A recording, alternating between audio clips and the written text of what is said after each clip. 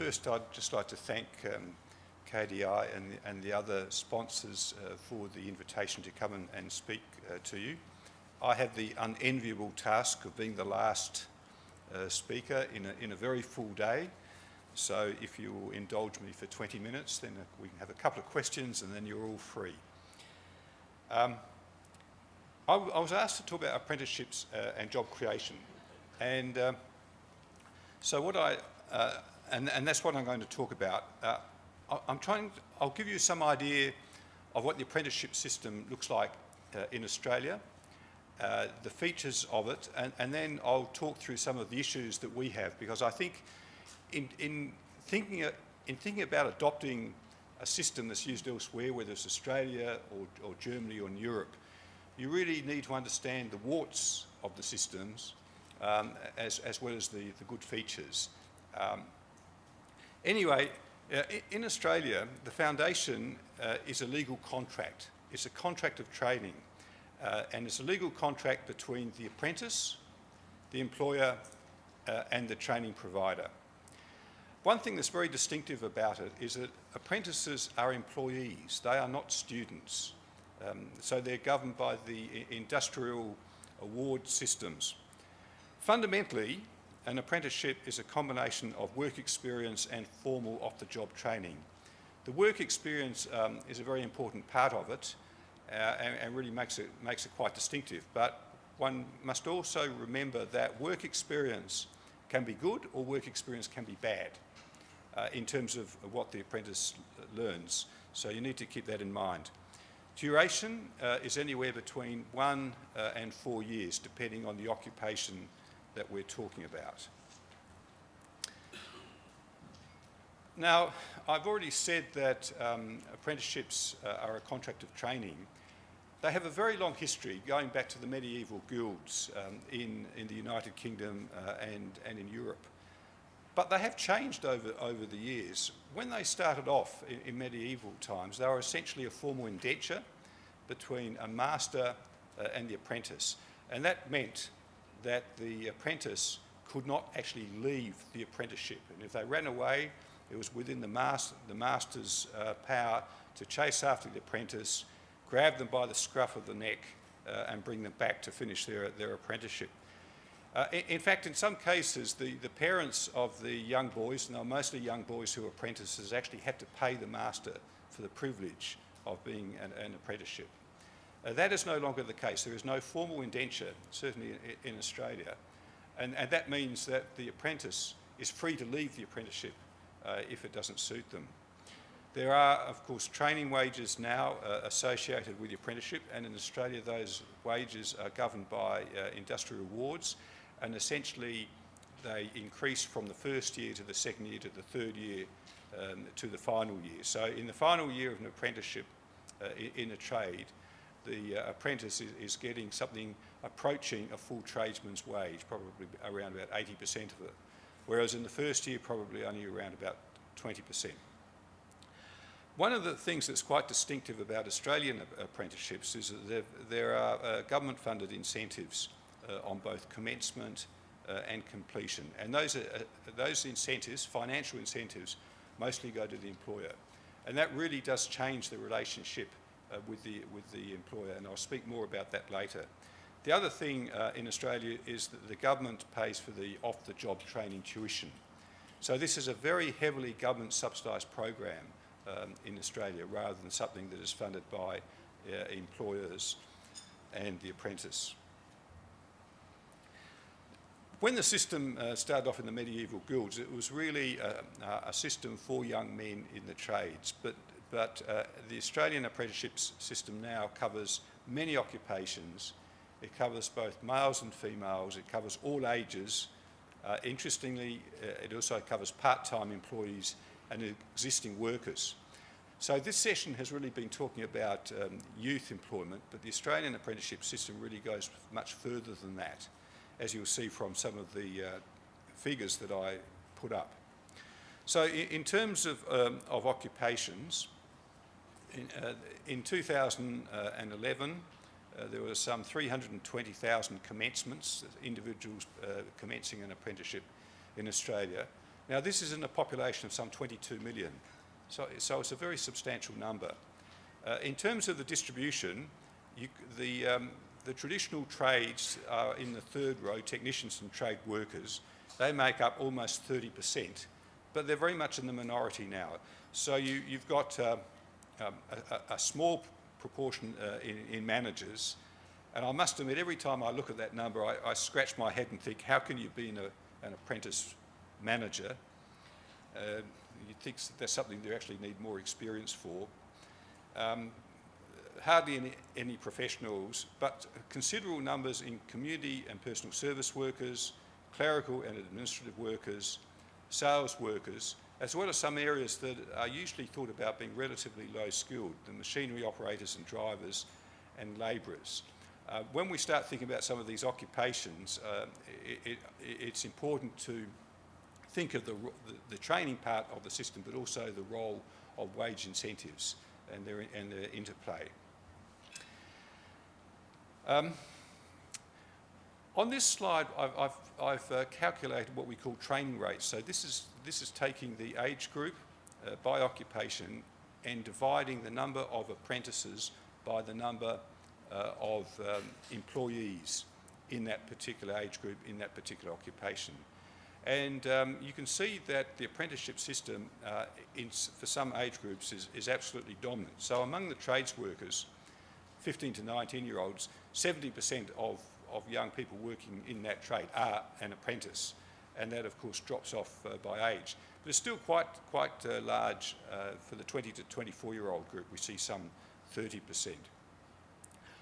Similarly, the proportions are quite high among the younger age groups in community and personal service workers and clerical and administrative workers. The training rates are obviously much smaller for the older age groups, but you can see in some parts of Australia's labour market they are very important indeed. In terms of just giving you a feel for the characteristics, I've got a number of slides by the various characteristics. So in terms of age, a third are 19 years and under, almost 20%, 20 to 24, and then very considerable numbers of older workers. So in Australia, it is not thought of just as a scheme for young people. It is much broader than that. It is male-dominated, but females make up around about 44%, and that reflects the occupations which are covered by the Australian apprenticeship system. In terms of the qualification level, again, there is some variation. Now, it's always difficult to explain these levels. I probably should have looked up the ISCED equivalents, but Certificate 3 is the majority of them, and this is the certificate that a fully qualified tradesman will have. So that is quite a high skill level. There's a smattering at lower level, but they have mostly disappeared, and it was interesting to think about the reason why those lower level apprenticeships disappeared, and it was all to do with government incentives. The government some years ago decided that there are too many of the lower level ones, and so they dropped the incentive, and immediately all those apprenticeships were turned into Certificate 3 apprenticeships. As you can see, there are some numbers at higher levels, including some at the diploma level, and this would be particular in areas such as health, community care, and perhaps management. In terms of full-time and part-time, now when we talk about a full-time apprenticeship, we're talking about an employee who is full-time, rather than somebody who is an apprentice full-time. And similarly for part-time, you can see that the part-time apprenticeships are of some importance, about a third of them. And at the time that this policy was created, I think there was a view that it was important that part-timers don't miss out on the training opportunities that their full-time colleagues had. That was the justification for it. And similarly, we have a concept of existing worker and a concept of a newly commencing worker. So a newly commencing worker is an individual who was hired by a firm as an apprentice or a trainee. So that's their first job in that firm. Whereas an existing worker is somebody who may have worked for the firm for some time, and then is put on one of these training contracts. Again, that's important. The motivation was fairly clear. It was to make sure that existing workers didn't miss out from the opportunity that that others had in terms of training. Because there are incentives involved, though, there was a real downside of that, and there were certainly many cases where individuals who are existing workers became a trainee. The employer got the subsidy, but the actual individual didn't actually realise that they were a trainee. Now, certainly in the Australian system, the apprenticeships are really about training rather than job creation. There is some variation here, but if you're talking about the apprenticeships as distinct from our traineeships, apprenticeships have a very strong occupational identity. So this is true in the trades. The model in other occupations doesn't nearly have the same level of occupational identity. And so people basically see a traineeship as a job rather than as a long-term career or vocation. Whereas in the trades, if you want to become a plumber, this is what you do, and everybody understands that. Now, the downside of the fact that apprenticeships are essentially an employment contract is that they are affected by the economic cycle. So if you're thinking about apprenticeships as a job creation scheme, one needs to keep in mind that you can only have an apprenticeship if there is an employer willing to offer the apprenticeship. And what we tend to see is quite a bit of cyclical activity, particularly in occupations such as the building trades, which basically can be traced to the ups and downs of the economic cycle. When things go bad in the labour market, the first thing that happens is that there's a downturn in the recruitment of apprentices. So to actually think of the apprenticeship system as a way of hitting a job creation target, it may be problematic. Now, I've got a couple of other graphs here as well, which just show the importance of the employment conditions in the particular occupation. We can see that in the previous slide there was a general increase, but there was a lot of cyclical activity.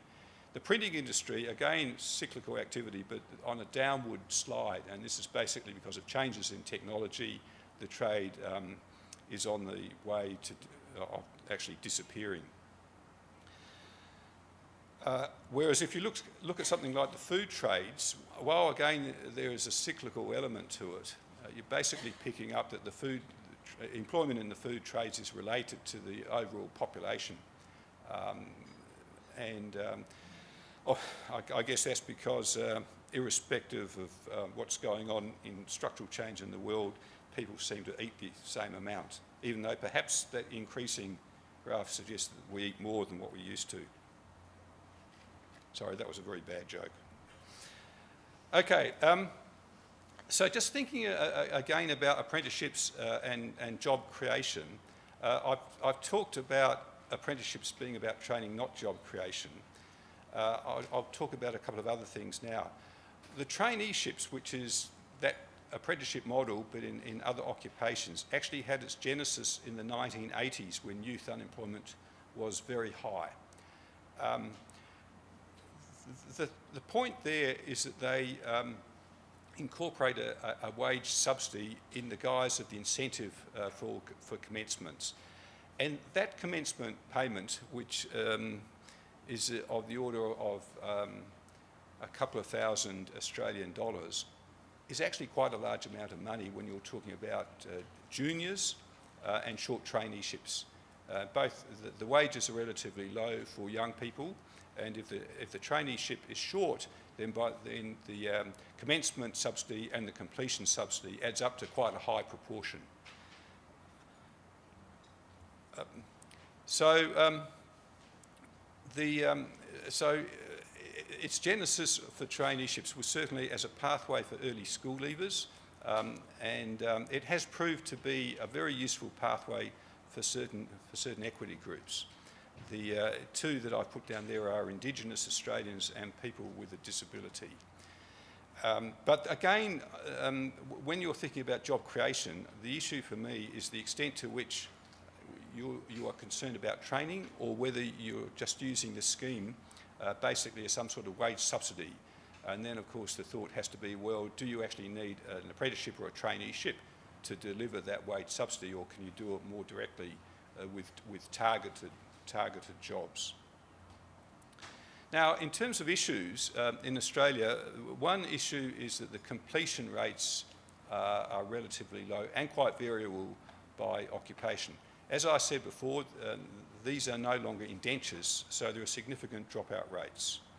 It's interesting to look at the reasons for those dropout rates, and you can see on that first line which says doing something different or better. So the individual didn't really like the work. You can see that is quite important, even in the trades where you would think most young people would know what they're letting themselves in for. In terms of the non-trades, you're talking about 30 or 40% of those who drop out giving that as the reason. The other thing that's quite interesting is that we ran the survey in 2008 and 2010, and you can see that there are differences between the two surveys. Now, 2008 was a very buoyant year in Australia's labour market, whereas 2010 wasn't. It was after the global financial crisis. And it's interesting that the reasons that people give for dropping out do depend on the economic cycle. So that when things were bad, people were less likely to leave because something was different, because they could find something better. It's quite interesting to see that the reason that they gave for leaving, that they didn't like the boss or their working conditions, changed considerably. It's interesting to think how tolerant one gets when the outside world is tough, whereas if there are opportunities round, one is much less tolerant of the boss and fellow workers. One of the things that I would also point out is that the proportion of individuals leaving because they're not happy with their training or study is actually quite small. And so in terms of trying to get completion rates up, it's all about the employment part of the contract, not about the training part of the contract. Of course, some apprentices lose their job because they're made redundant. When times are good, that's a very small reason. When times were bad, it became quite an important reason. Okay, now, so that's one issue. The second issue is that in Australia, the program turned into a very expensive program, and this is because of the incentives on commencement and completion in particular. And there was a government expert panel set up a number of years ago, and over the last 12 months, there has been a reassessment by government and removal of some of the incentives. There definitely was scope for rorting the system, and employers took full advantage of it in some situations. So the changes that have been made are that the commencement incentive no longer exists for existing workers on the basis that why do you need to have to pay a commencement for an existing worker since they're already working, and also for part-timers. Now, one of the things about part-timers is that there were many traineeships in the retail industry, and essentially the employees there were students doing part-time work. And one would have to think about whether it's worth spending government money on traineeships for students doing part-time work. The point is, though, that employers do respond to incentives, and so one needs to be very... from an economic point of view, I guess that's very useful. It shows that if governments put incentives, you will get action.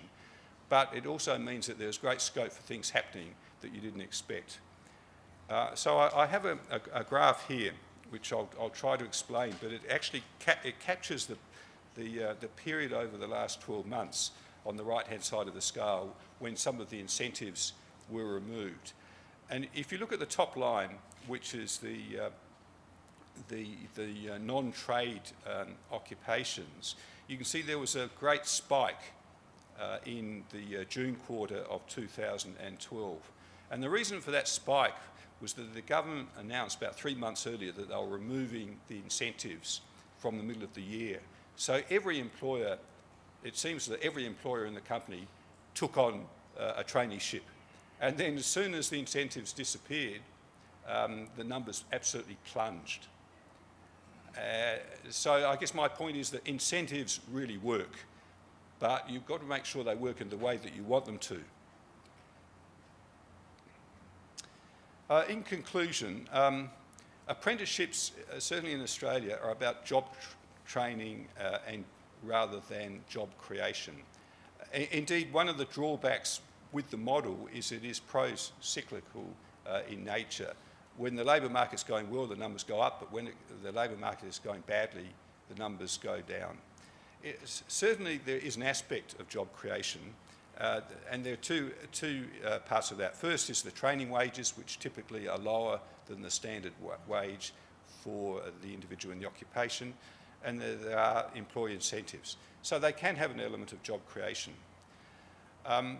For particular groups, they seem to work pretty well, certainly for Indigenous Australians and individuals with disability, but always be wary of deadweight losses.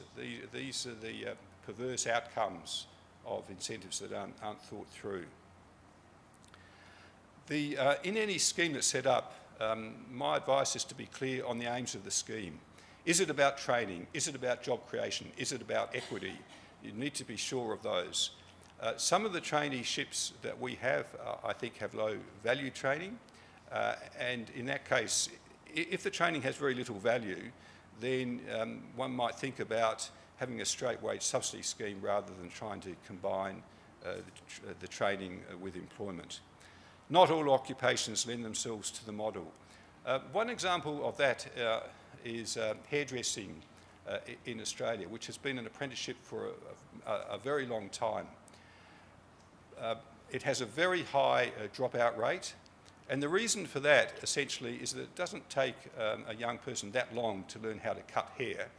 But if the first 2 years of your apprenticeship are spent in a hairdressing saloon sweeping the floor, it's not surprising that there's a high dropout rate. So if the skills can be learned fairly quickly, one would have to question the need for an apprenticeship. There are other models, of course, and one would be institutionally based training followed by work experience. And some of the earlier discussion today was really talking about trying to integrate university education or school education with work experience at the same time. In terms of a final comment, I guess from my perspective, the best way of creating jobs is to have a buoyant economy and a buoyant labour market, which isn't to say that incentives and institutional features aren't important. And certainly some of the discussion today has been about trying to reduce some of those institutional barriers. And with that, I'll end. I hope that description is of some use to the considerations.